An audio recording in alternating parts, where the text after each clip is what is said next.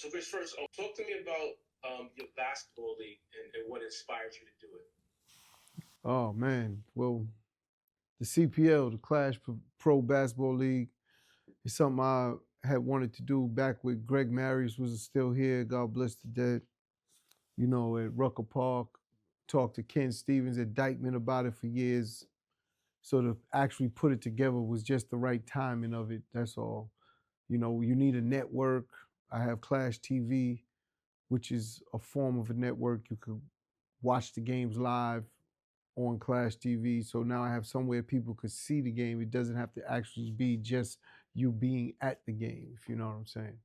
And that's why it made perfect sense to say, let's try it. What's the like specifics of it? Is it like how do you get the players, draft them? How many teams? Like, Yeah, we did a combine. So I did a full combine to start. Had over 350 plus players that signed up for the combine. Did another draft after the third week, added another 160. So we had well over 500 players that wanted to be part of the league. It's only an 8-team league, so it's only 80 players, 10 players per team, three coaches, and the head coach, two assistant coaches.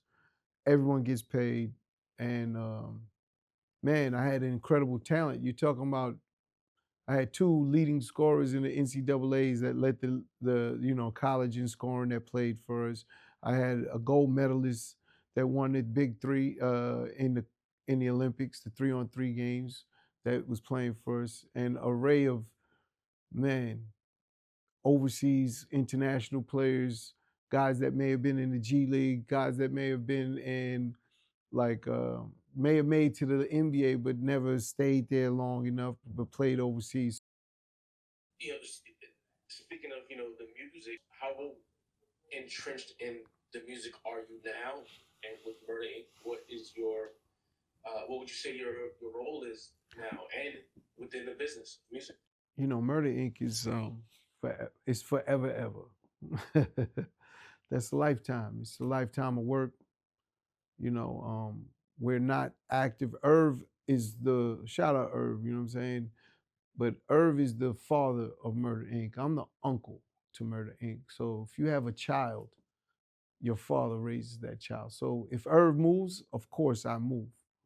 I'm the uncle. I'm right there. But unless he makes the decision to do something as an uncle, you have to live with it no matter what. But I do have a company called Adventure Music. I own. I, I set up the distribution for all independent artists. This will be coming up in May. We'll make 10 years. I'll have tens of thousands of artists on my platform where I help empower them to own, operate, and monetize their business. I just basically taught them how to run a record label. That's all. Okay. How would you say that the business has changed in the last 20 years, and how has that influenced what you do now with the music? Man, where do you start? The music's changed in so many different ways, even from just the side of it, the creativity side of it with the artists, the way they make music today. Um, I love these new young artists. I'm gonna start there because a lot of the older guys will always be like, "Oh, they don't rap." You got to give them their chance. It's their time in the sun, if you understand. We all had our time in the sun. It's a young man's sport, you know. It, I'm sorry, go ahead. but at the end of the day, I love these young artists, and then the business changed so much because the labels remove themselves basically from the actual development of an artist. So it leads to a lot of bad decisions. Let's call it one-hit wonders. I don't like that word hit one-hit wonders, but I don't know what a better way to say it. They're not getting groomed into how to sustain their business, and then when they find one thing that work, they'll just do it as many times as possible, which is really it takes away the creativity of the art form of music, which hurts the music industry. And that's why we have music the way we have it now. I make a point, with let's say I'll use John Ashanti. They haven't put out really new studio albums in that, especially Ashanti put out some stuff, but no new music technically. They're still out touring 20 something years later without a new album. That's to me incredible. And the money they're making is even more incredible.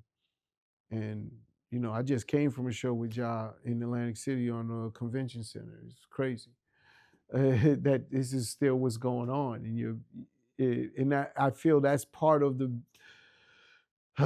it's part of the bad business in music today. Not saying they couldn't do it. It wouldn't be as abundant, in my opinion, if some of these artists today was able to do exactly that. When you think of the lyrical content, I'm 57. I just said it. As the hip hop generation gets older, I would go and support all hip hop artists. I do it with my independent artists. I'm in every hood USA. The reality of what I'm saying is when you get older, to pay money to go to see a show, do I want to hear that lyrical content? This is where these artists are going to run into their trouble when it's time to tour, right? They're going to have an issue with the lyrical content that they're making today to tour later, right? The older you get, you don't want to deal with that same type of language or environment of what you're talking about. And that's going to be the challenge for these new artists. If I was to talk to them, that's the first thing I'm talking to them about. Be more creative and dare to step out the box. Don't follow everybody and think you have to do exactly what they do, or find your own lane. Um, Again, I always use Ja as an example. I know everyone want to talk shit about the man, but at the end of the day, he's one of the best ever, and that's not because of me. It's because of his history. Just follow it and with no bias, right? With no bias, just go listen. Yes, speaking of you come from a champion's perspective, right? You guys went through this historic legal case that seemed insurmountable and you came out on top. Did going through did that change your love of the music and the music business? Didn't change the love of the music business at all. Um, it just lets you know how far I'll go to fight for the music business that I was part of. I am hip hop. Like, I'm part of this culture. Like, you cannot take me out of it. It's what it is. If you think of the era we come through, there's always the pioneers, and all hats off, no disrespect to them. But we was the generation that turned hip hop into the biggest business that you see it is today.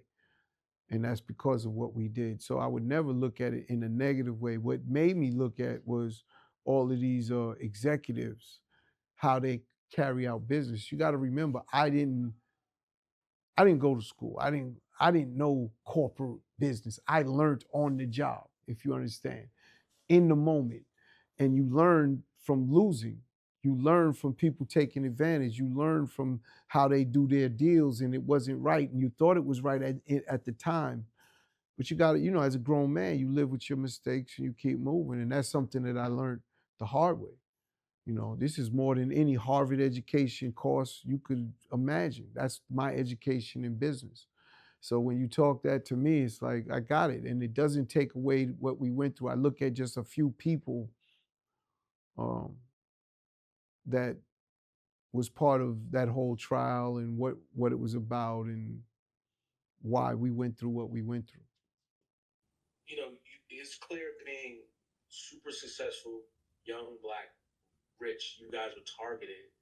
And now we have a number of high profile cases in the culture, the indictments. What Yeah. advice would you give those guys? Man, I shout them out all the time. Like Lil Durk is going through it. I mean, what Thugger went through. I wish them all the most success possible. But really, when I look back at myself and what they did and what they're going through, the main advice would be, see, we had the resources. They have the resources. And that's one of the main things the government does first. They want to take away your resources because then you can't protect yourself. There's a reason their 98% conviction rate is because everyone has to take a deal because they don't want to fight that 1,000-pound gorilla with unlimited funds to fight you. It's just business.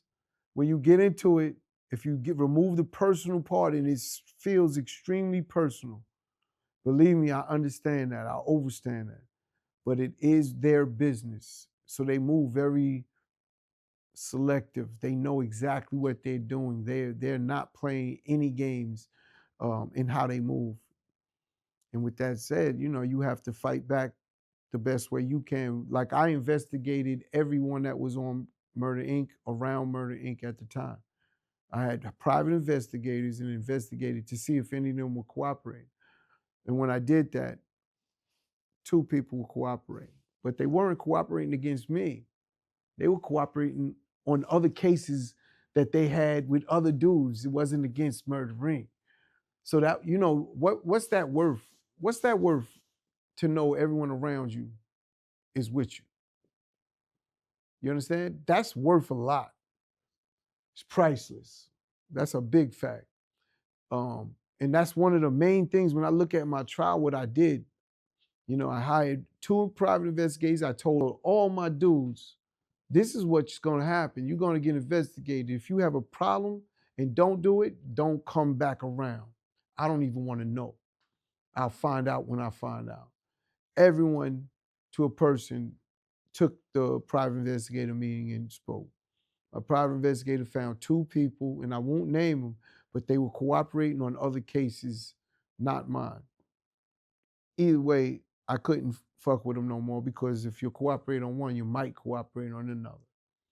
And I just left them alone. But that was a big deal for the case. Okay, one last question. We talked about ownership. I see a lot of artists selling their catalogs. I saw 2 years ago, I believe Irv sold Murder Inc. for $300 million. Right. What are your thoughts on both?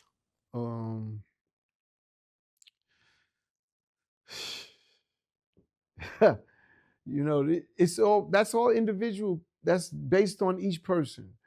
Again, how do you turn down these type of deals is the question. Coming from where you came from. That's the question. Can you, and they know that. See, this is what do they call it? Big bank takes little bank, right? Again, but now if they give you that kind of money, it takes them a long time. They're playing the long game. They have to build out a long time to get that money back and start turning profit. It doesn't happen like 1, 2, 3. You're talking about 12, 15 years minimum before they start seeing profit. But yeah, it's an individual. I want to say there's a preference that you have to keep your masses or not. Look, it's just depending on each person in the state they're at that moment. And when I hear like cases like, let's say Taylor Swift, and she was complaining that she was mad that Scooter bought his masters. Just remember Michael Jackson bought the Beatles, and Paul McCartney was mad because of that. But Paul, you had the money, homie. You could have bought it. What are you mad at Mike for? It's just that a black man bought the Beatles. That's all it was about. That's why Michael was blackballed. At the end of the day, he owned Sony Publishing, but no one wants to talk about it. They always want to make like Michael was crazy or something. No, that man wasn't crazy. Super smart, sharp businessman. I had the honor and pleasure to meet with him. Again, it's sad where we are in this place, man, of life and business and all of our obstacles we have to get across. So when you ask me about ownership, of course, but they also have all these other things that can make it very hard for you to stay as the owner. Just remember that. They have a lot of different things. I'm sure you heard Kanye's rants. These are what his rants was about. He just wants to make the clothes and build things out and create. And they own all the factories he has to go to, so they don't give him the deals he wanted. That's all it was about, the rants, for the most part. And he felt like, damn, I'm helpless. As much as big as I am, I'm a midget compared to these giants and how far they are and the money they make and how they have all of these business. But, I always look at things like that. We're in a race. They had a 400-year head start. You understand? We're behind. That's all it is. And in order to catch up, we just have to try and own and do business with each other the best way we can and be profitable where most of the time they could come in and offer a better deal. And if they come in and offer a better deal, are you man enough to say no for the culture, for your people? That's the facts. Most of you guys don't have the balls to do that. That's the reality. So, I don't know what to tell you. That's really, it comes down to as simple as that. As simple as that. If we really want to make change and really want to move, it has to be we're going to hold our nuts and deal with the money we make and keep going with us. You can't stop it. Now, I say that, and I have partners, and every partner knows who I am and what I'm about. I'm about black and brown, and I'm not waving, and they understand that. That's the only way they could partner with me. So it may make me work a lot harder to get the things I want because I didn't sell out. And that's what I face. But I'm cool with it. You know what I'm saying? I'm good with it. You know what I'm saying? But that's the facts. That is the facts. Even when I talked about my distribution business, you see all the companies that have distribution. I'm 10 years. Go back 10 years, see how many distribution companies there were. Okay? I'm that early. And I was even earlier than that. My business plan I wrote back in '07. '07. I wrote a distribution for digital distribution in '07. Yeah. Let that sink in. Like there's no one out there that was even thinking about this shit. Now that's all it's about right now. See, this is, that's when I know the universe. I'm right where I'm supposed to be. But it's a harder grind when I talk that distribution to the other side and they're not really want you to hear that. They don't want you to own that. They don't want you to keep that.